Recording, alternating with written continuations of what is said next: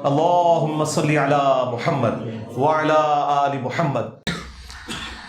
اگر گاؤں میں 2 مساجد ہوں، ایک حنفی بریلوی اور ایک اہل حدیث، تو کس جگہ نماز پڑھنا بہتر ہے؟ رفع الیدین کے ساتھ، چونکہ حنفی بریلوی والوں کی مسجد میں تنقید کا بھی مسئلہ ہوتا ہے۔ بالکل جی، اہل حدیث کے پیچھے ہی پڑھیں، ظاہر ہے وہ آپ کمفرٹیبل بھی رہیں گے۔ میں خود پریفریبلی اہل حدیث کے پیچھے نماز پڑھتا ہوں، کیونکہ اہل حدیث جو ہے وہ کم از کم نماز جو ہے نا سکون سے پڑھتے ہیں۔ حنفی بریلوی، حنفی دیوبندی تو وہ 5 منٹ میں 4 رکعتیں فارغ کر دیتے ہیں۔ اہل حدیث پھر بھی کم از کم 8 9 10 منٹ میں پڑھتے ہیں، آپ سکون سے نماز پڑھ لیں گے۔ اور پھر اہل حدیث میں ٹالرنس بھی بہت ہے۔ یار آپ سوچ رہے ہوں گے کیسا بندہ ہے، اہل حدیث رگڑا لاندے پہ نا، تھوڑی دیر پہلے تو وہ کہہ رہے ہیں بھائی ٹروتھ لور ہے، جو بات سچی ہوگی، گوروں کی اگر ہم تعریف کر سکتے ہیں تو مسلمانوں کی کیوں نہیں کر سکتے؟ یہ جو 2 فرقے ہیں نا جی، اہل حدیث اور شیعہ، ان کے بارے میں میری شروع سے 8 9 سال پرانی ویڈیوز ہیں۔ ان میں ٹالرنس سارے مکاتب فکر سے بڑھ کے ہے، کیونکہ یہ مائنورٹی میں، جو اقلیت میں ہوتے ہیں نا ان کے اندر ٹالرنس زیادہ ہوتی ہے، کیونکہ ان کی پرسیکیوشن ہو رہی ہوتی ہے۔ اور یہ حقیقت ہے کہ ہمارے سب کانٹیننٹ میں اہل حدیث کی تو پرسیکیوشن بہت زیادہ ہوئی ہے۔ ان کو مسجد نہیں بنانے دیتے، فوراً جا کے اسٹے لے آتے ہیں، کیونکہ ان کو پتہ ہے مسجد بنے گی پھر ایک ایک کر کے دعوت توحید کی پھیلنی شروع ہو جائے گی، اس لیے ان کو مسجد بھی نہیں بنانے دیتے۔ تو ان کے اندر ٹالرنس ہے۔ آپ کسی دیوبندی یا بریلوی کی مسجد میں جا کے آمین اونچی کہیں، اب تو خیر کافی ٹالرنس آ گئی ہے ضرب عصب اور رد الفساد کی برکت سے، اور مولویوں نے جب ڈنگ مارا ہماری ریاستی اداروں کو تو ریاستی اداروں کو بھی ہوش آیا، تو اب کم از کم ان کے ڈنگ، انہوں نے، چونکہ ان کو ڈنگ لگائے ہوئے تھے، ڈنگ انہوں نے ہی نکالنے تھے، نکال دیے، اللہ کا شکر ہے۔ اب سکون ہے دنیا میں، کم از کم پاکستان میں کافی سکون آ گئے۔ تو بہرحال ابھی بھی جو بہت انٹیریئر علاقے ہیں پنجاب کے یا سندھ کے، وہاں پہ اگر آپ آمین اونچی کہہ دیں نا ہلکی سی بھی، تو مولوی جو ہے نا وہ گھوڑتا ہے، زیادہ سخت ہوا تو کہ نکل ادھروں۔ لیکن اہل حدیث کی مسجد میں میرا چیلنج ہے، آپ چلے جائیں، کبھی کوئی اہل حدیث آپ کو زبردستی نہیں کرے گا کہ تم نے اونچی آمین کیوں نہیں کہی، تم نے رفع الیدین سے نماز کیوں نہیں پڑھی۔ وہ کہے گا یار چلو ٹھیک ہے، شکر ہے ہماری مسجد میں کوئی آیا تو ہے، نماز پڑھ لیں۔ کبھی کچھ نہیں کریں گے، یہ ان کے اندر ٹالرنس موجود ہے۔ تو اس لیے ٹھیک ہے، اگر ایسی صورتحال ہے تو آپ وہاں جائیں، لیکن بریلویوں کی مسجد بھی نہ چھوڑیں، کیونکہ پھر شیطان ان کو یہ پٹی پڑھائے گا کہ دیکھو اس نے رفع الیدین شروع کیا ہے تو یہ اب وہابیوں کی مسجد میں جاتا ہے، اس کا مطلب ہے یہ ہمیں مسلمان ہی نہیں سمجھتا، اس لیے ہمارے پیچھے نماز نہیں پڑھتا، تو ہم اسے کیوں مسلمان سمجھیں؟ یہ وہ غلطی ہے جو اہل حدیث کرتے رہے کہ چینج ہوئے تو مسجد بدل لی، اپنی نئی بنا لی۔ نہیں، ان کے پیچھے ہی پڑھو۔ میں نے کئی دفعہ بتایا، ہمارے محلے کی مسجد دیوبندیوں کی ہے، وہ اتنا سخت دیوبندی مفتی تھا، جامعہ اشرفیہ لاہور کا پڑھا ہوا، کہ 8 سے 10 سال پہلے یہ حالت تھی کہ کوئی ہلکی سی بھی آمین کہہ دینا، سلام پھیر کو کہتا جاؤ نسوے تم اپنی مسجد جا کے نماز پڑھو۔ آج اس کو زندگی میں اللہ نے ذلیل کیا ہے، وہی امامت کروا رہا ہے، اس کے پیچھے 10 12 لوگ آمین اونچی کہہ رہے ہیں مغرب عشاء میں، وہ گھور کے بھی نہیں کسی کو دیکھ سکتا، کیونکہ اب دنیا بدل چکی ہے، اور وہ ہماری دعوت کی برکت ہے۔ وہ سارے لوگ ہماری دعوت سے ریورٹ ہوئے۔ میں نے ان کو کہا نماز ادھر ہی پڑھنی ہے، چندے بھی اسی مولوی کو دو، کیونکہ 1 سے 2 ہوں گے، 2 سے 3 ہوں گے، 3 سے 4۔ اگر آپ مسلمانوں کے سسٹم سے الگ ہو جائیں گے نا، تو یہ تو پہلے ہی تیار ہیں کہ آپ کو یہاں سے نکالیں، اور یہ اپنی اسی طریقے سے جو قوم کو بت بنایا ہوا ہے وہ بنا کے رکھیں۔ آپ کا سنت کے مطابق نماز پڑھنا ایک خاموش تبلیغ ہے، 2 4 بندے لے کے مرو نا، کلے طرح نہ مرو۔ ہاں ٹھیک ہے۔ دوسرا سوال ہے، الصلاۃ والسلام علیک یا رسول اللہ، یہ درود پڑھنا کیسا ہے؟ جائز ہے جی، یہ درود جو ہے وہ سنت سے ثابت ہے۔ میں نے درود شریف کے اوپر باقاعدہ مجلس 50 ریکارڈ کروائی تھی، اس میں نے بتایا تھا کہ قبر رسول پہ حاضر ہو کر صحابہ کرام یہی درود پڑھتے تھے۔ المصنف ابن ابی شیبہ میں موجود ہے، سنن الکبریٰ البیہقی کے اندر موجود ہے، الموطا امام مالک میں موجود ہے، فضل الصلاۃ علی النبی 4 اہل سنت کی مین سٹریم کی کتابوں میں ہے کہ عبداللہ بن عمر جب بھی مسجد نبوی میں داخل ہوتے 2 نفل پڑھتے، اور پھر روضہ شریف پہ حاضر ہو کر کہتے السلام علیکہ یا رسول اللہ، السلام علیکہ یا ابا بکر، السلام علیکہ یا عمر، یعنی وہ پھر شیخین کی قبروں پہ بھی حاضری دیتے، نبی الاسلام کو سلام عرض کرتے، پھر حضرت ابو بکر اور عمر کو رضی اللہ تعالی عنہما۔ تو اور جب سفر پہ جاتے یا واپس آتے یہی روٹین رکھتے تھے۔ السلام علیکہ یا رسول اللہ یا الصلاۃ والسلام علیکہ یا رسول اللہ، یہ درود شریف کا صیغہ سنت سے ثابت ہے۔ ایون اہل حدیث جو سب سے زیادہ اس صیغے کے خلاف تھے، انہوں نے باقاعدہ دارالاسلام والوں نے جو درود شریف کا کارڈ چھاپا ہے اس میں بھی انہوں نے لکھ دیا ہے کہ یہ صیغہ ثابت ہے، لیکن اسے قبر رسول پہ پڑھا جائے۔ نماز میں تو ہم یہی پڑھ رہے ہیں نا، السلام علیکہ ایھا النبی، اے نبی سلام ہو آپ پر، اللہ کی رحمت ہو اور برکتیں، اسی کو السلام علیکہ یا نبی اللہ۔ ایھا کے صیغے سے ہو یا کے صیغے سے ہو، بات تو ایک ہے، تو ہم جائز سمجھتے ہیں، یہاں سے بھی پڑھیں آپ۔ اصل جو ہمارا اختلاف ہے، جب آپ یہ عقیدہ رکھتے ہیں نا کہ اللہ کے نبی خود سن رہے ہیں، یہاں پہ موجود ہیں، اس عقیدے سے اختلاف ہے۔ بخاری مسلم میں الفاظ ہیں، جب تم یہ نماز میں پڑھو گے نا، السلام علینا وعلی عباد اللہ الصالحین، اور السلام علیکہ ایھا النبی ورحمۃ اللہ وبرکاتہ، السلام علینا وعلی عباد اللہ الصالحین، تو زمین و آسمان میں ہر نیک بندے تک اللہ تمہارا سلام پہنچا دے گا۔ ہمارا سلام یہاں سے پہنچ رہا ہے حضور کو، آپ پڑھیں۔ اب رہ گیا اذان کے ساتھ پڑھنا، تو اذان سے پہلے درود پڑھنا ثابت نہیں، اذان کے بعد ثابت ہے۔ صحیح مسلم میں حدیث ہے، جو مؤذن کے اذان کا جواب دے، یعنی انہی کلمات کو ریپیٹ کرے، اور حی علی الصلاۃ حی علی الفلاح پہ کہے لا حول ولا قوۃ الا باللہ، اور اس کے بعد درود شریف پڑھے، اللہم صلی علی محمد وعلی آل محمد، اور اس کے بعد الوسیلہ والی دعا مانگے تو میری شفاعت اس کے لیے حلال ہو جائے گی۔ اور یہ آخری حصہ بخاری میں بھی ہے کہ جو الوسیلہ والی دعا مانگے میرے حق میں تو میری شفاعت اس کے لیے حلال ہو جائے گی۔ تو اللہ کا شکر ہے، یہ ہم اذان کے بعد آپ درود شریف پڑھیں، لیکن اذان کے ساتھ جوڑ کے نہیں سرکار، اور نہ یہ کہ بجلی گئی ہوئی ہے تو بغیر درود کی اذان ہو رہی ہے۔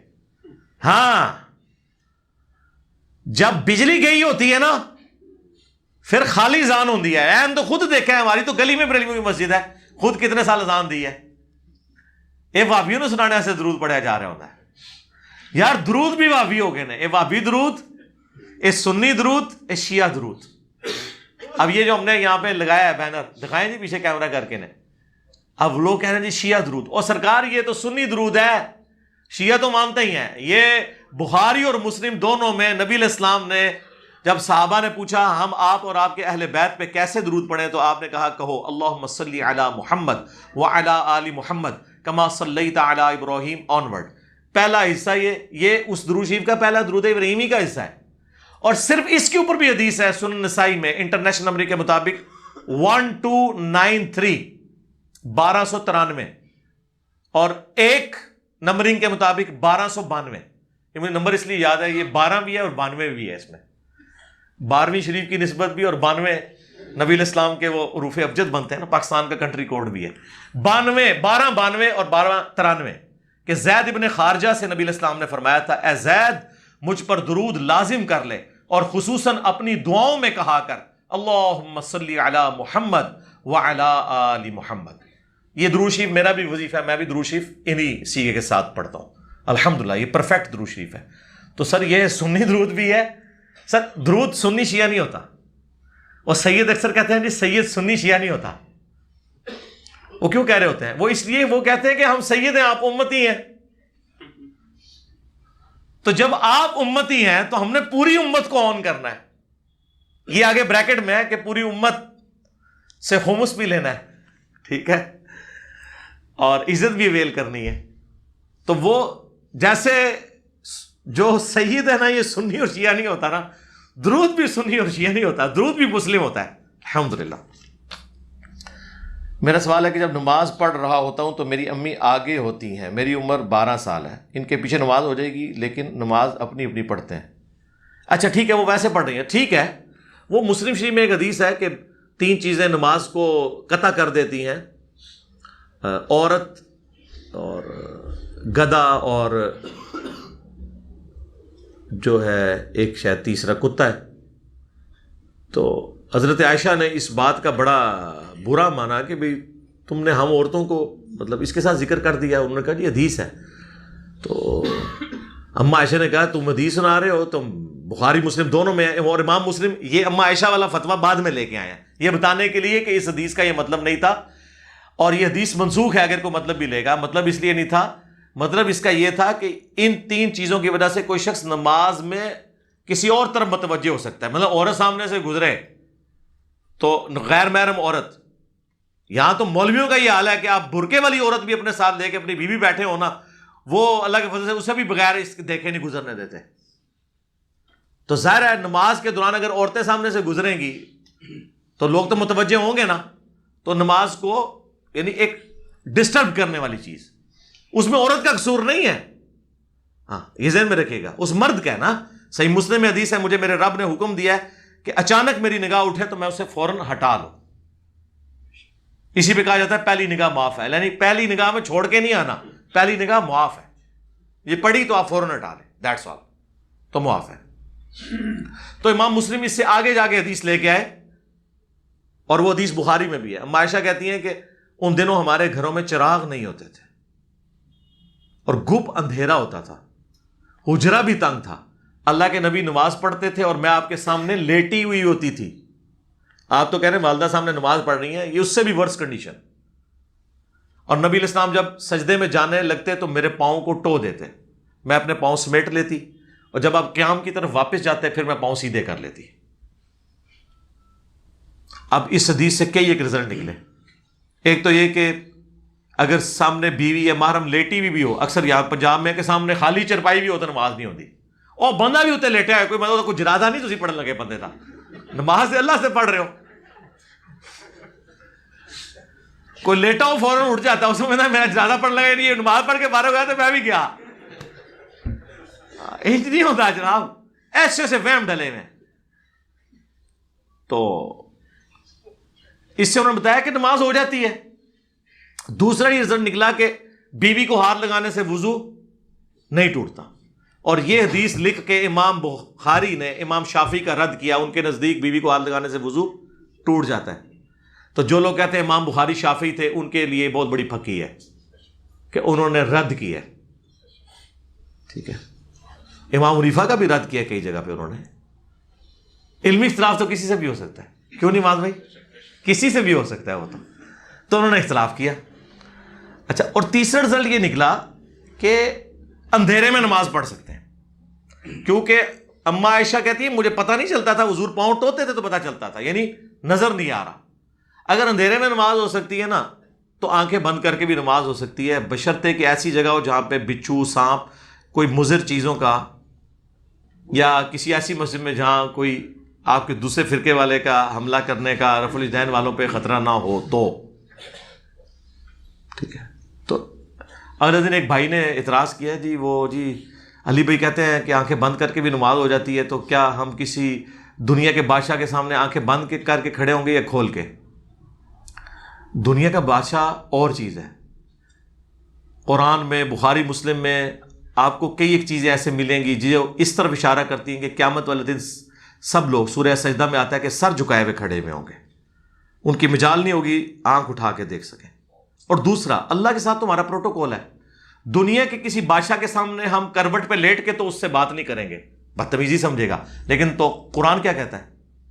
الذین یذکرون اللہ قیاما وقعودا وعلی جنوبہم، میرے بندے تو ہیں کھڑے ہوئے، بیٹھے ہوئے، کروٹوں پہ لیٹے بھی مجھے یاد کرتے ہیں.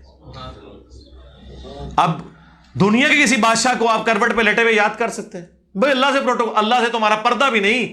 قرآن کہتا ہے جب تم لحاف میں لپٹے ہوتے ہو ہم تو اس وقت بھی تمہیں دیکھ رہے ہوتے ہیں. یہ کپڑوں کا بھی پردہ نہیں اللہ کا ہمارے ساتھ. باتھ روم میں جو ہم جا کے پردے میں نہاتے ہیں وہ تو انسانوں سے پردے کے لیے، اللہ سے تو کوئی پردہ نہیں ہے. حتیٰ کہ صحیح مسلم میں اما عائشہ کی حدیث ہے جنابت والے چیپٹر میں کہ اللہ کے نبی حالت جنابت میں بھی اللہ کو یاد کیا کرتے تھے، اللہ کا ذکر کیا کرتے تھے. اللہ کے ذکر سے اس حال میں بھی غافل نہیں ہوتے تھے. جامعہ ترمذی میں، سنن ابی داؤد میں مولا علی کہتے ہیں کہ رسول اللہ کو صلی اللہ علیہ وآلہ وسلم حالت جنابت کے سوا کوئی اور حالت قرآن پڑھنے سے مانے نہیں ہوتی تھی. یعنی آپ علیہ السلام صرف جنابت کی حالت میں قرآن نہیں پڑھتے تھے اور جنابت کی حالت میں باقی سارے اذکار کرتے تھے، قرآن نہیں پڑھتے تھے. لیکن اس کے علاوہ ہر حال میں آپ قرآن پڑھ لیتے تھے، یعنی بغیر وضو کے بھی. صحیح مسلم میں اما عائشہ کہتی ہیں کہ نبی علیہ السلام کا سر مبارک میری گود میں ہوتا تھا اور میں حیض کی حالت میں ہوتی تھی اور حضور قرآن پڑھتے تھے. جناب لوگ کہتے ہیں جی علم دین حاصل کرو گے نا تو دین پہ چلنا پڑ جائے گا، مشکل ہو جائے گی. سر آپ علم دین حاصل کریں، دین پہ چلنا آپ کے لیے آسان ہو جائے گا. ہاں ہاں ہاں. کیا گانا گنگنانا بھی گناہ ہے؟ چلتے ہیں جس کے لیے، گنگنایا نا تارج میر صاحب نے، اس طرح گانا گنگنائے. ہاں تارج میر صاحب یہ ہماری آنٹی کو سناتے پھر تو درست تھا، ساری آنٹیوں کو سنانا درست نہیں ہے. ٹھیک ہے. پبلک گیدرنگ میں مرد کا عورت کے سامنے گنگنانا، عورتوں کا مردوں کے سامنے گنگنانا، یہ تو جائز نہیں ہے. گانا فی نفسی درست ہے. صحیح بخاری میں ہے، اما عائشہ سے نبی علیہ السلام نے فرمایا کہ تم نے گانے والی کیوں نہیں بھیجی شادی کے موقع کے اوپر. اور سنن ابن ماجہ میں حدیث ہے کہ حلال نکاح میں اور غیر حلال نکاح میں فرق گانے کا ہے. جس نکاح میں گانا ہو وہ حلال ہے جی، یہ پسندیدہ ہے، لیکن مرد مردوں میں، عورتیں عورتوں میں، اور کوئی ولگر لینگویج نہ ہو، شرکی الفاظ نہ ہو. گنگنانے سے بھی ہمیں نہیں ہے. نعتیں بھی تو گنگنائی جا رہی ہیں نا. یہ جتنے نعت خواں ہیں انہوں نے باقاعدہ پورے راگ سیکھے ہوئے ہوتے ہیں.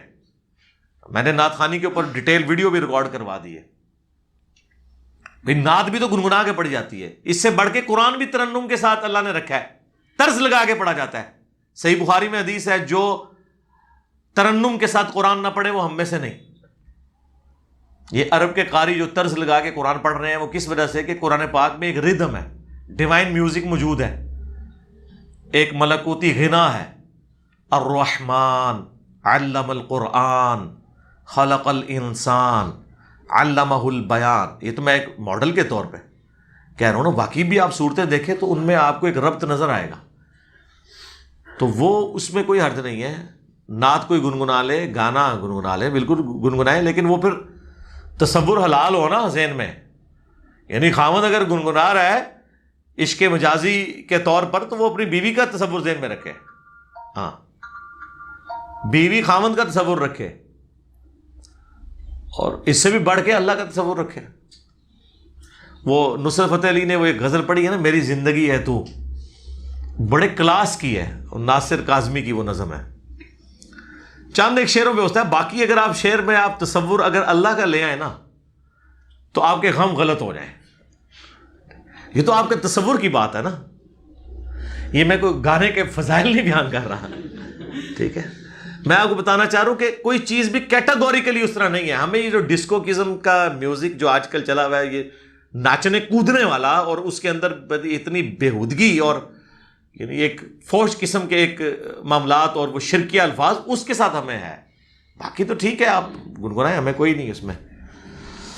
کیا میلاد منانا بدعت ہے 12 ربیع الاول کو؟ اب یہ کوئی ایک جملے میں تو اس کا جواب نہیں ہوگا. اس کے لیے میری 12 ربیع الاول والی نشست دیکھ لیں آپ. کیا جماعت کے بعد دعا مانگنا بدعت ہے؟ نہیں جی، جماعت کے بعد دعا مانگنا سنت ہے. یہ سنت اذکار جو گرین کارڈ کے اوپر لکھے ہیں، ہم یہ صرف کہتے ہیں کہ اجتماعی دعا نہ مانگی جائے، سوائے جب کبھی کوئی مقتدی کہہ دے کہ آپ دعا کر دیں، وہ تو پھر سنت ہے. عام حالت میں آپ جتنی دعائیں ہیں وہ انڈیویجول مانگیں، چاہے ہاتھ اٹھا کے مانگیں چاہے ہاتھ نیچے کر کے، لیکن انڈیویجول دعا مانگے، یہ سنت ہے. اور وہ 17 کے قریب سنت اذکار ہیں جو بخاری مسلم باقی کتابوں میں آئے ہیں نبی علیہ السلام کے، وہ آپ کو گرین کارڈ اینڈ پہ مل جائے گا. کیا قرآن کا صرف ترجمہ پڑھنے سے اس کی تلاوت کرنے کا ثواب ملے گا؟ عین ممکن ہے اس سے زیادہ ثواب ملے، کیونکہ تلاوت کے بعد آپ کو عمل کرنے کا کوئی جذبہ پیدا نہیں ہوگا، لیکن ترجمہ پڑھنے کے بعد آپ کو عمل کا بھی جذبہ پیدا ہو جائے گا. لہٰذا سب سے بہتر تو ہے کہ عربی بھی پڑھیں، اردو ترجمہ بھی پڑھیں اور اس پہ عمل کریں. اور اگر آپ عربی نہیں پڑھ سک رہے، ٹائم آپ کے پاس شارٹ ہے، تو بجائے عربی پڑھنے کے صرف ترجمہ پڑھیں. کم از کم آپ کو یہ پتہ تو چلے کہ یہ خط آپ کو آپ کے رب نے جو بھیجا ہے اس میں وہ آپ سے کیا ڈیمانڈ کر رہا ہے. آپ کا کوئی دوست گوروں کے ملک جا کے انگریزی میں یا فرینچ میں آپ کو بھیج دے خط، تو آپ 10 بندے ڈھونڈیں گے اس کا ترجمہ کروانے کے لیے. لیکن اللہ کی کتاب کا ترجمہ بھی ہو گیا، آپ کے اپنے فرقے والے مولویوں نے بھی کر دیا، لیکن آپ کو توفیق نہیں ہے کہ آپ چند پیسے خرچ کے وہ ترجمہ خرید کے تو اس کو پڑھ لیں. اب تو فریلی اویلیبل ہے، جائیں ہماری ویب سائٹ کے اوپر، سارے مکاتب فکر کے ترجمے PDF فارمیٹ میں رکھے ہوئے ہیں، تفسیریں رکھی ہوئی ہیں، تو پڑھیں جی. سود کی تعریف، اس کے اوپر میں نے پہلے پبلک سیشن میں بولا تھا، آپ اسلامک بینکنگ لکھ لیں. میں مختصر بتا دیتا ہوں، ویسے تو آپ سود اور انجینئر محمد علی مرزا لکھیں گے تو ویڈیوز کھل جائیں گی. سود پیسے کے بدلے پیسہ ہے، جبکہ کاروبار میں نہ لگایا جائے بلکہ پیسے کے بدلے پیسہ لیا جا رہا ہو کہ یہ لو مجھ سے پیسے، مجھے ہر مہینے تم نے اتنا پروفٹ دینا ہی دینا، یہ ہے سود. لیکن اگر آپ کسی کو کہیں یہ لو پیسے، اس سے کاروبار کرو، نفع ہو جائے تو آدھا مجھے دے دینا، آدھا خود رکھ لینا، یا 30-70 کی نسبت، کوئی بھی وہ آپ کی مرضی ہے. تو وہ اگر 5,000 کماتا ہے آپ کو 2,500 دے دے گا، اگلی بار وہ 2,500 کمائے گا تو آپ کو اس کا بھی آدھا ہی دے گا، اور اس سے اگلی دفعہ اگر کچھ نہ کمایا تو کچھ نہیں دے گا. فکس نہیں آپ کر سکتے، اور نقصان ہوگا تو آپ کا ہوگا، اس کی محنت ضائع ہوگی، آپ کا مال ضائع ہوگا. ورنہ تو ظلم ہے، اس کے پاس تو پیسہ ہی نہیں ہے بیچارہ، آپ تو سلیپنگ پارٹنر بنے ہوئے نا. تو یہ والا معاملہ ہے. منی اگینسٹ گڈس جو ہے نا وہ پھر حلال ہے، بشرطے کہ اس میں اگر آپ قسطوں پہ چیز لے رہے ہیں تو قسط لیٹ کرنے کے اوپر پینلٹی نہ آپ کو ڈالی جائے تو ٹھیک ہے. یہ کوئی ٹائم ویلیو آف منی نہیں ہے. جو لوگ کہتے ہیں ٹائم ویلیو آف منی لے رہے ہیں، ٹائم ویلیو آف منی نہیں ہے، ٹائم ویلیو آف گڈز ہے. آپ 95,000 کا CD70 مارکیٹ سے 20,000 میں نکلوا لیتے ہیں، باقی 75,000 کا مالک کون ہے؟ وہ کمپنی جس نے آپ کو قسطوں پہ دیا ہے. تو اس نے 75,000 کا جو آپ کو موٹر سائیکل دے دیا اپنی طرف سے آپ کے 20,000 دینے پہ، تو اس 95,000 کے 70 کے صرف 20,000 کے مالک آپ ہیں. 75,000 جو اس میں کنٹریبیوشن ہے وہ کس کی ہے؟ کمپنی کی. تو اتنے حصے کا اس گاڑی کا کرایہ، اس موٹر بائک کا کرایہ، جب تک کہ آپ وہ اپنا ادھار نہیں دیتے اور اس کے مکمل مالک نہیں بن جاتے، قسطوں کی فارم میں آپ اسے دیں گے نا، وہ پیسے کا کرایہ نہیں ہوگا بلکہ کموڈٹی کا کرایہ ہوگا، جو کموڈٹی آپ نے لی ہوئی ہے. صرف پیسے لے گا تو ٹھیک ہے، وہ تو سود ہوگا. میں آپ کو 1 کروڑ کا مکان دوں، اس پہ ₹1,00,000 مہینے کا آپ سے کرایہ لے لوں، حلال. 1 کروڑ روپیہ دے کے ₹1,00,000 آپ سے اس کے بدلے پیسے لوں، حرام، کیونکہ پیسے کے بدلے پیسہ ہے. ہاں اگر میں کہوں کہ 1 کروڑ لگاؤ کاروبار میں، جو بھی کماؤ گے اس میں سے اتنا میرا اتنا تمہارا، لیکن وہ پرسنٹیج ہوگی. یہ نہیں کہ جو بھی کمائے گا لاکھ تے منو دیں اتنا تو رکھ لیں، نہ. اگر اس نے کمائی لاکھ ہے تو اپنا 50,000 تو رکھے گا نا وہ، اور اگر کمائی 50,000 ہے تو $1,00,000 نہیں دے گا آپ کو، 25,000 دے گا. 25,000 اپنا تو رکھے گا نا، یا جو بھی آپ طے کر لیں. تو یہ آپ سمجھیں. باقی جو غامدی صاحب نے ایک بات کی تھی نا جی، سود دینا جو ہے نا یہ گناہ نہیں ہے، سود لینا گناہ ہے. حالانکہ پی ٹی وی پہ ان کے جب شروع کے پروگرام میں آپ دیکھیں یوٹیوب پہ رکھے ہوئے ہیں، اس وقت تو وہ کہتے تھے جس طرح زنا بالجبر اور زنا بالرضا دونوں حرام ہے، چونکہ اس سسٹم کو سپورٹ کرنا ہے، اس طرح سود لینا اور دینا دونوں حرام ہے. اب انہوں نے آ کے پتہ نہیں ماڈرن لوگوں کو خوش کرنے کے لیے یہ ایک نئی پک نکال دی ہے تاکہ لوگ سودی قرضے لینے شروع کر دیں کہ جی سود دینے والا گناہگار نہیں ہوگا، وہ تو بیچارہ مجبور ہے، سود لینے والا گناہگار ہوگا. تو بھئی آپ بھی تو سسٹم کو سپورٹ کر رہے ہیں نا. آپ کیوں پرسنل لون لیتے ہیں؟ آپ اسلامک بینک میں جائیں، پلاٹ کے اگینسٹ قرض لے لیں. پرسنل لون نہیں وہ دیں گے، وہ کہیں گے پلاٹ آپ کا، رقم ہماری، مکان جو بنے گا اسی ریشو پروپورشن میں ڈیوائڈ کریں گے، پھر اس کے جتنے مالک ہم ہیں اتنا کرایہ آپ ہمیں اتنے سالوں میں دیتے رہیں گے، اور پلس ساتھ اوریجنل رقم بھی لوٹاتے رہیں گے at the end of the day. اور اس میں آپ کو بتاؤں جیسے جیسے آپ قرض اتارتے جاتے ہیں نا اتنا اتنا کرایہ بھی وہ پھر کام کرتے جاتے ہیں. وہ 20 سال کے 15 سال کے آپ کو پیکیجز ملتے ہیں، لیکن صرف اسلامک بینک والوں سے لیں، دوسروں سے نہیں، کیونکہ دوسرے سودی کام بھی ساتھ پیرلل میں کرتے ہیں. باقی میری ویڈیوز دیکھ لیں. پاکستان میں کرنٹ سچویشن میں اگر کوئی مارکیٹ سے ادھار سامان لیتا ہے تو اس کا ریٹ نقد سامان لینے سے زیادہ چارج کرتے ہیں. کیا یہ اضافی؟ میرے بھائی جب کوئی گڈز آ گئی نا تو کسی کی مرضی وہ جتنا مرضی لے، الا یہ کہ گورنمنٹ کسی پرائز کو فکس کرتے. اب مجھے بتائیں، میں اسلام آباد میرا دوسرا سٹی ہے، اسلام آباد میں منڈی جو ہے وہ I-10 کے پاس ہے، بالکل ساتھ ساتھ ہے I-10 اور منڈی. اب منڈی سے ایک شخص 30 روپے کلو آلو اٹھاتا ہے، I-10 میں جا کے وہ 50 روپے کلو بیچ رہا ہے، کیونکہ اس کا کرایہ اتنا نہیں لگ رہا. پلس I-10 میں دکانوں کی قیمتیں بھی کرائے بہت کم ہے.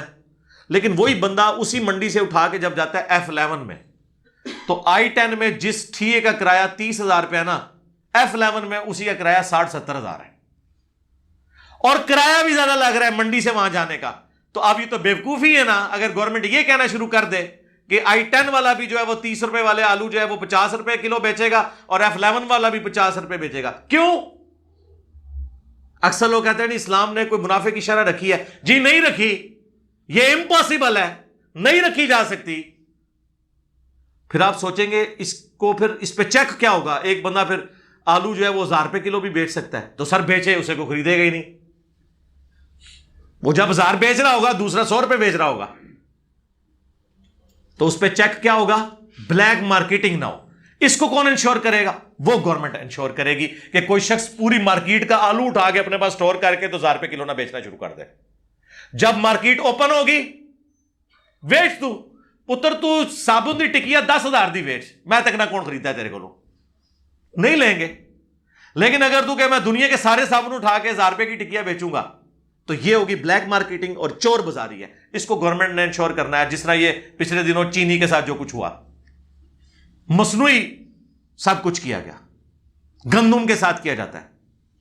اور معذرت کے ساتھ اکثر اس میں دیندار طبقہ انوالو ہے. ان کی نمازیں اور داڑیاں اور حج دیکھیں تو گنتے جائیں. چور بازاری انہوں نے مچائی ہوئی ہے. اور اس سے بڑے چور وہ ہیں کہ جو لوگ پھر ان لوگوں کے مرنے کے اوپر جا کے ان کی میتوں کے اوپر دعائیں کرواتے ہیں, اور وہاں جا کے تقریریں کرتے ہیں کہ جناب جس نے غریب کا مال دبا لیا, غریب کی زمین ہتھیا لی, اور نہیں ہتھیائی ہے جی تو میتیں آئے ہیں, بولنا جڑا بن, نہیں, چھوڑ دو, اس سسٹم کو سپورٹ نہ کرو. کسی بھی دینی پیشوا کا کام یہ نہیں ہے کہ وہ ایسی جگہوں پہ جائے. صحیح مسلم میں حدیث ہے, خودکشی والے کا جنازہ لایا گیا, آپ نے فرمایا تم پڑھ لو, میں نہیں پڑھوں گا, کیونکہ رسول اللہ کا پڑھنا اس چیز کو انڈورس کرنا ہے کہ خودکشی کرنا کوئی برا کام نہیں ہے, کیونکہ حضور کی دعائیں مل گئی نا اسے. بخاری مسلم میں آیا کہ مقروض کا جنازہ لایا جاتا تو آپ نہیں پڑھتے تھے, فرماتے تھے تم پڑھ لو, میں نہیں پڑھوں گا, تاکہ قرض جو ہے نا وہ انڈورس نہ ہو. صحیح مسلم میں حدیث ہے کہ شہید کا ہر گناہ معاف ہو جاتا ہے لیکن قرض اس کا بھی معاف نہیں ہوتا, یعنی حقوق العباد والی چیزیں معاف نہیں ہوگی. تو سرکار آپ لوگ اپنی داڑیوں سے, پگڑیوں سے, نمازوں سے, قرآن خوانیاں کروا کے آپ سمجھتے ہیں کہ آپ نے جو غریبوں کے پلاٹ ہتھیائے, کسی کو ناحق قتل کیا, کسی کا مال لوٹ لیا, کسی کو ڈرایا دھمکایا, یہ سارے گناہ آپ کے معاف ہو جائیں گے؟ نہ, یہ دنیا کی عدالتیں معاف کر دیتی ہیں آپ کے دباؤ میں آ کے. صحیح مسلم میں حدیث ہے قیامت والے دن ایک شخص لایا جائے گا, اور یہ تو ایک رول ماڈل کے طور پہ بات کی گئی, ہزاروں لوگ ہوں گے ایسے, پہاڑوں کے برابر. نبی علیہ السلام فرمایا اس کی نماز, روزہ, حج, زکات کی نیکیاں ہوں گی, لیکن آئے گا اس حال میں کہ دنیا میں کسی کو مارا, کسی کو دھمکایا, کسی کا مال دبایا, کسی کا خون بہایا. نبی علیہ السلام نے حقوق العباد کی کتنی چیزیں نا الگ الگ مینشن کر کے کہا یہ کام اس نے ڈالا ہوگا, اور میرے الخال ہوتی داڑھی بھی ہوئے گی جی, ازار مولوی اس طرح کے کام پاندے ہیں, نماز روزہ ایسے کہا تھا داڑھی بھی لگی ہوئے گی. اللہ تعالیٰ فرمائے گا کہ بھئی آج کی تو کرنسی جو ہے وہ تو نیکیاں ہیں, آؤ بھی تمہیں بدلہ لے کے دوں. بندے حاضر ہوتے جائیں گے, اللہ کہے گا جی اتنے مال دبانے کے عوض اس کی اتنی نیکیاں تیری. اوہ بیڑا ترج ہے لے کے اے مارا گیا, حتیٰ کہ اللہ کے نبی علیہ السلام فرماتے ہیں اس کی ساری نیکیاں ختم ہو جائیں. سر یہ صحیح مسلم شریف ہے, مولانا شریف نہیں ہے, مسلم شریف میں حدیث ہے. اب بھی کچھ لوگ باقی ہوں گے کہ جس کا حق اس نے دینا ہوگا, نیکیاں ختم. اللہ فرمائے گا اب ریورس ریئیکشن سٹارٹ, تم لوگوں کے گناہ اس کے نامہ اعمال میں, تاکہ تمہارے گناہوں کا بوجھ ہلکا ہو نا. وہ بھی کئی ہوں گے کہ گناہ کم ہوتے ہوتے ان کی نیکیاں بھی بڑھ جائیں گی, گناہوں سے ہوتے چلے گئے جنت, اس کو اللہ تعالیٰ جہنم میں پھینک دے گا. اور اس حدیث کا آغاز ان الفاظ کے ساتھ ہوتا ہے, جانتے ہو مفلس کون ہے؟ صحابہ نے کہا ہم تو اسی کو مفلس سمجھتے ہیں جس کے پاس دنیا کا مال و متاع نہ ہو. آپ نے فرمایا میری امت کا مفلس یہ ہوگا جو ساری نیکیاں لے کے آیا لیکن کنگال ہو گیا حقوق العباد کے معاملے میں. اللہم لا تجعلنا منہم, اللہم اجرنا من النار. علی بھائی عرض کرنا ہے کہ اسلامی بینکنگ صرف نام اسلامک ہے. میرے بھائی آپ تھوڑا علم حاصل کریں, نام نہیں ہے, پورے کا پورا معاملہ ہے چند ایک چیزوں میں ریزرویشن ہے، لیکن یہ ایسا نہیں ہے، یہ صرف کہنے سے نہیں، یہ آپ کو بات وہ کہتے نظر آتے ہیں جو اپنی سودی بینکاری کو حلال کرنا چاہتے ہیں، وہ یہ کہہ دیتے ہیں اسلامک بینکنگ بھی اسی طریقے سے۔ بھائی زنا اور نکاح میں صرف ایجاب القبول کا فرق ہے، باقی کوئی فرق نہیں ہے، لیکن وہ ایک فرق اسے حلال کر دیتا ہے۔ صحیح بخاری میں حدیث ہے، نبی علیہ السلام کے سامنے صدقے کا کوئی گوشت یا سامان لایا گیا، آپ نے فرمایا ہم پہ صدقہ حرام ہے۔ پھر آپ نے کوئی غریب عورت آئی، اسے وہ گوشت گفٹ کیا، تھوڑی دیر بعد وہ پکا کے حضور کے سامنے لے آئی تو آپ نے کھا لیا۔ صحابہ نے کہا یا رسول اللہ یہ تو صدقے کا، فرمایا صدقہ تو اس کے لیے تھا، یعنی جب ایک غریب کے پاس چلا گیا صدقہ اس پہ لگ گیا، اب غریب آدمی کسی امیر آدمی کی اسی صدقے کے مال سے، زکوٰۃ کے مال سے مہمان نوازی کر سکتا ہے۔ سمجھ آئی آپ کو بات کی؟ تو ایک اتنے سے فرق سے تھوڑی دیر پہلے جو حلال حرام چیز تھی نبی علیہ السلام کے حق میں صدقہ ہونے کی وجہ سے، کیونکہ محمد اور آل محمد پہ صدقہ اور زکوٰۃ حرام ہے، وہ حلال کیسے ہوگی؟ اس کا موڈ چینج ہو گیا۔ اسلامک بینکنگ اور غیر اسلامک بینکنگ میں یہ فرق ہے کہ اسلامک بینکنگ پیسے کے بدلے پیسہ ہے، وہ سود پہ پیسہ دیتے ہیں گورنمنٹ کو، باقی لوگوں کو، اس سے جو سود کھاتے ہیں نا وہ اس کا کچھ حصہ جو ہے وہ منافع کے طور پہ ڈیویڈنڈ کے طور پہ آپ کو دیتے ہیں، جبکہ یہ غیر اسلامک بینکنگ والے، اور جو اسلامک بینک والے ہیں وہ سود پہ قرضہ دیتے ہی نہیں کسی کو۔ جائیں پرسنل لون لے کے بتائیں، پرسنل لون ہے ہی نہیں اسلامک بینکنگ میں، کیونکہ وہ تو پیسے کے بدلے پیسہ ہوگا۔ وہ کہیں گے لائیں پلاٹ ہے، مکان ہم بنا دیں گے، اور پھر اس کے مشترکہ مالک ہوں گے، کرایہ ہمیں دیتے رہو گے، ظاہر ہم مالک ہیں اس مکان کے کچھ حصے کے، اور ساتھ ساتھ تم باقی جو پیسہ ہم نے لگایا وہ ہمیں واپس کرتے رہو گے، اور تمہاری ملکیت حتیٰ کہ تمہاری 100% ہو جائے گی، پھر ساتھ قسطیں بھی ختم ہو جائیں گی۔ کئی سال پہلے جناح انٹرنیشنل ایئرپورٹ کی جب توسیع ہونی تھی تو 6 ارب روپے کی مشینری اسلامک بینکنگ والوں نے گورنمنٹ کو خرید کے دی ہے، پرسنل لون نہیں لیا، یعنی اسلامک بینک کٹھے ہوئے، انہوں نے کہا جی بتائیں کون سی چیز چاہیے، انہوں نے کہا جی یہ مشین ہے، کتنی قیمت؟ 6 ارب۔ گورنمنٹ نے کہا پیسے، ان کا نہ پیسے تو نہیں دینے، ہم خریدیں گے۔ کس نے خریدا؟ بینک نے وہ ساری مشینری خریدی۔ جب انہوں نے خرید لی، انہوں نے اب حکومت کو کہا کہ اب بتاؤ یہ ہم سے تم کتنے میں خریدو گے؟ تو 6.25 ارب میں یا 6.5 ارب میں وہ مشینری ان بینک والوں سے حکومت نے خرید لی۔ گڈز انوالو ہو گیا نا، تو اوپر کے جو پیسے تھے وہ بینک کا پروفٹ ہو گیا۔ تو باقی کاروبار بھی تو اسی طریقے سے چل رہا ہوتا ہے نا۔ ایک بندہ کراچی سے لاہور سے سامان یا کپڑا لے کے آتا ہے، جیلم میں لا کے بیچتا ہے، تو اوپر کے پیسے نہیں رکھے گا وہ، یا جتنے کا لایا اتنے کا ہی دے گا وہ۔ جب گڈز انوالو ہو جائیں گی، میں پہلے بھی کافی دفعہ بول چکا ہوں۔ علی بھائی کیا کوئی شخص آپ کی تصویر پرس میں یا گھر میں آفس میں فریم لگوا سکتا ہے؟ نہیں جی، کوئی اجازت نہیں ہے، یہ تصویر ہے جو حرام ہے۔ پرس میں خیر ہے رکھ لیں یار، پرس میں رکھ سکتے ہیں کیونکہ وہ نمایاں جگہ پہ نہیں، لیکن فریم کروا کے جب آپ لٹکائیں گے نا تو اسی چیز سے سارا شرک شروع ہے۔ ورنہ صحابہ کرام کیا رسول اللہ کی تصویریں نہیں لٹکا سکتے تھے؟ جبکہ اس زمانے میں تصویریں بنتی بھی تھیں۔ اب بخاری مسلم میں حدیث ہے نا، نبی علیہ السلام کے آخری دن چل رہے تھے تو ام سلمہ اور ام حبیبہ کہنے لگی کہ جب ہم حبشہ کی ہجرت پہ گئے تھے تو ہم نے ماریا نام کا گرجا دیکھا تھا، وہاں پہ تصویریں لٹکی ہوئی تھی لوگوں کی، بزرگان دین کی۔ تو حضور علیہ السلام نے فرمایا ان میں یہی تو خرابی تھی، ان میں جب کوئی نیک آدمی یا پیغمبر فوت ہو جاتا تھا اس کی قبر پہ مسجد بنا لیتے تھے اور پھر وہاں پہ اس کی تصویریں لٹکا دیتے تھے، یہ لوگ بدترین مخلوق بنا کے اٹھائے جائیں گے، اور پھر اس کی عبادت بھی شروع ہو جاتی تھی۔ یہ آپ دیکھیں کتنے لوگوں نے پیروں کی تصویریں لگائی ہیں، پہلے تصویر لگتی ہے پھر اس پہ ہار بھی لٹکا لیتے ہیں، صبح جاتے ہوئے سلوٹ بھی مار کے جاتے ہیں۔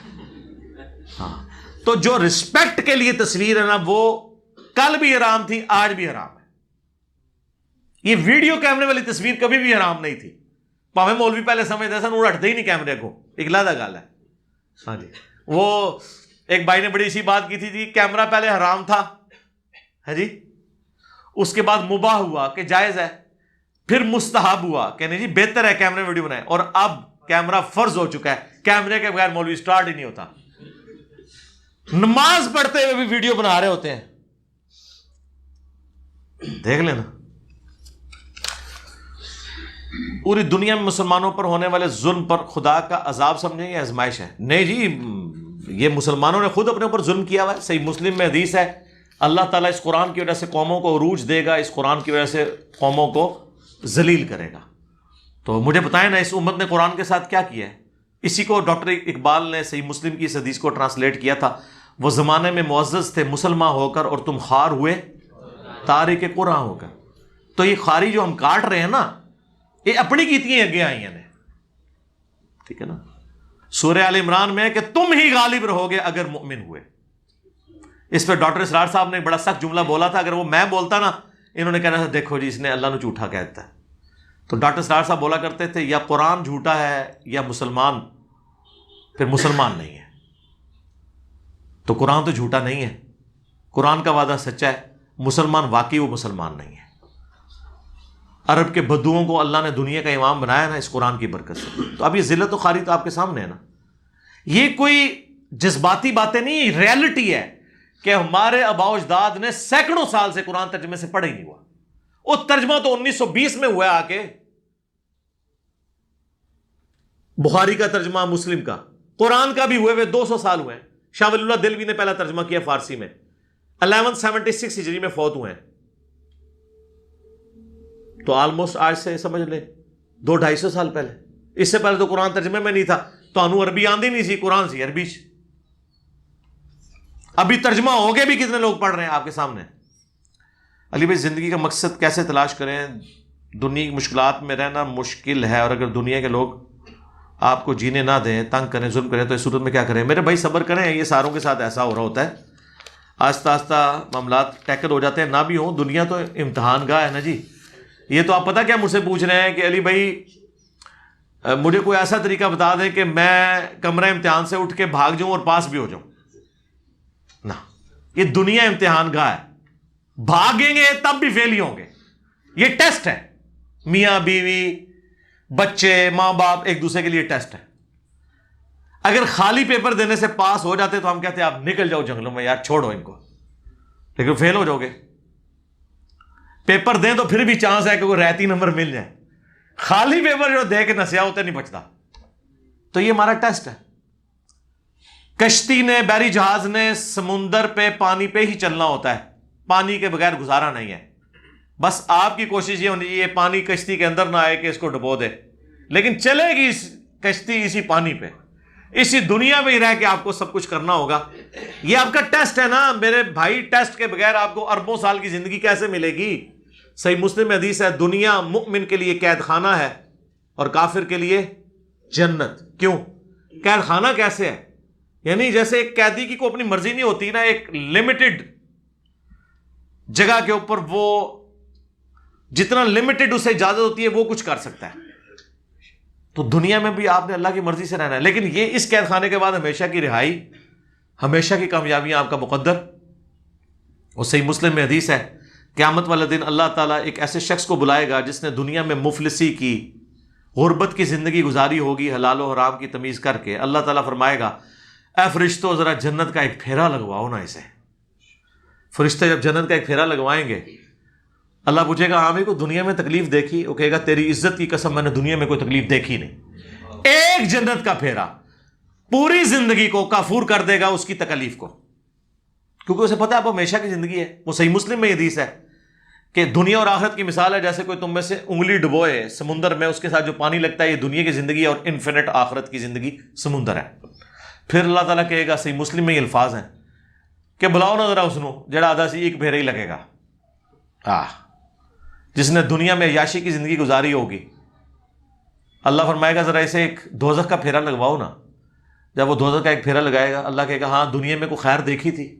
حالانکہ دیکھی ہے اس نے۔ کہے گا تیری عزت کی قسم مجھے کوئی خیر نہیں پہنچی۔ ایک پھیرا جہنم کا، جو یہاں بڑا فخریہ کہتے ہیں نہیں خیر ہے جی، پھر تو ٹوری جانا ہے نا جنت، اسے دنیا کی ہر آسائش کو بلا دے گا۔ یہ ایک پھیرے کی بات ہو رہی ہے۔ سر فجر کی نماز چھوڑنے پر فجر سے زور تک اگر کسی کو کہا جائے کہ ایک پھیرا ایک ایسے کمرے کا لگے گا جو 10 بائی 10 فٹ کے سائز کا ہوگا، اس میں 100 کوبرا سانپ ہوں گے، 100 کالے بچھو ہوں گے، اور ٹیمپریچر بھی 100 ڈگری سینٹی گریڈ ہوگا۔ آخرت تو چھڑ دو، دنیا دا تصور سے انسان کانپ اٹھتا ہے۔ اور یہ صرف فجر سے زور تک، فجر چھوڑنے پہ، زور چھوڑنے پہ زور سے اثر تک بھی، اور کتنا عرصہ. اچھا یہ کبھی تصور نہیں کیا ہوتا نا، اس لیے کہہ دیتے خیر ہے جی انشاءاللہ. اللہ نے ساڑیاں نمازاں نہیں چاہیے. بھئی یہ کون کہہ رہا ہے اللہ کو نمازیں چاہیے؟ اور تانوں چاہیے نے نمازاں، اللہ تو نہیں چاہیے، تانوں تو چاہیے نے جناب. ایک موم بتی کے فلیم کے اوپر جو شخص 10 سیکنڈ کے لیے ہاتھ نہ رکھ سکے اور وہ یہ دعویٰ کرے کہ ایک پھیرا لگے گا، جبکہ بخاری مسلم میں حدیث ہے کہ آخرت کی آگ دنیا کی آگ سے 70 گنا تیز ہے، اور وہ ہے بھی اندھی آگ، کالے کلر کی ہے جی، روشنی بھی نہیں ہوگی. اس آگ میں تو روشنی ہے نا، اس میں روشنی بھی نہیں. اللہم اجرنا من النار ربنا اصرف عنا عذاب جہنم ان عذابها کان غراما. آمین. ہمارے والدین نے ہمیں ہماری مرضی کے بغیر پیدا کیا اور پھر دنیا کی مشکلات میں چھوڑ دیا. جی والدین نے نہیں پیدا کیتا، والدین تے اپنے چکریں سن، انہوں نے پتا سی. اس پہ میری یوٹیوب پہ ایک ویڈیو دیکھ لیں کہ اللہ نے میری مرضی کے بغیر مجھے کیوں پیدا کیا. بڑا تفصیلی جواب میں نے دیا ہے، پبلک سیشن نمبر 1 میں، وہ آپ دیکھ لیں. یہ اللہ نے کیا جی.